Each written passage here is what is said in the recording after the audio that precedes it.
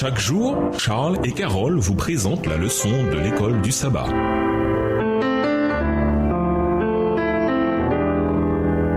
Bienvenue dans votre émission Dieu nous parle. Noation de dimanche. Lisons les psaumes 27, verset 14, 37, les versets 7, 9 et 34, 39, verset 8, 40, verset 2, 69, verset 7, Galates 5, verset 5 et Romains 8, versets 18 à 25.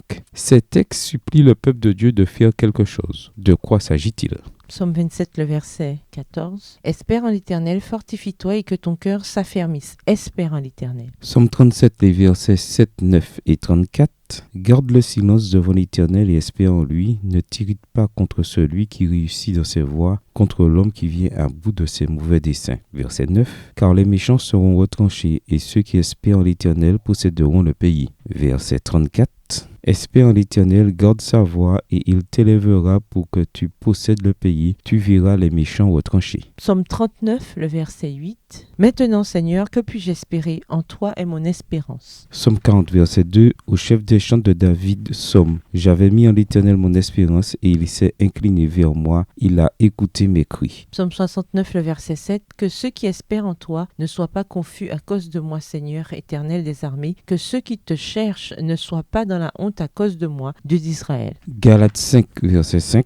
Pour nous, c'est de la foi que nous attendons par l'Esprit l'espérance de la justice. Romains 8, les versets 18 à 25. J'estime que les souffrances du temps présent ne sauraient être comparées à la gloire à venir qui sera révélée pour nous. Aussi, la création attend-elle avec un ardent désir la révélation des fils de Dieu, car la création a été soumise à la vanité, non de son gré, mais à cause de celui qui l'y a soumise. Avec l'espérance qu'elle aussi sera affranchie de la servitude de la corruption pour avoir part à la liberté de la gloire des enfants de Dieu. Or, nous savons que, jusqu'à ce jour, la création tout entière soupire et souffre les douleurs de l'enfantement. Verset 23. Et ce n'est pas elle seulement, mais nous aussi, qui avons les prémices de l'Esprit. Nous aussi, nous soupirons en nous-mêmes, en attendant l'adoption, la rédemption de notre corps, car c'est en espérance que nous sommes sauvés. Or, l'espérance qu'on voit n'est plus espérance. Ce qu'on voit, peut-on l'espérer encore ? Mais si nous espérons ce que nous ne voyons pas, nous l'attendons avec persévérance. Le stress de l'attente est peut-être l'un des plus grands stress de la vie. Qui que nous soyons ou que nous vivions, quelle que soit notre situation de vie, nous devons tous parfois attendre certaines choses. De la file d'attente dans les magasins à l'attente d'un diagnostic médical, nous attendons. Et généralement, nous n'aimons pas beaucoup attendre. Et attendre Dieu.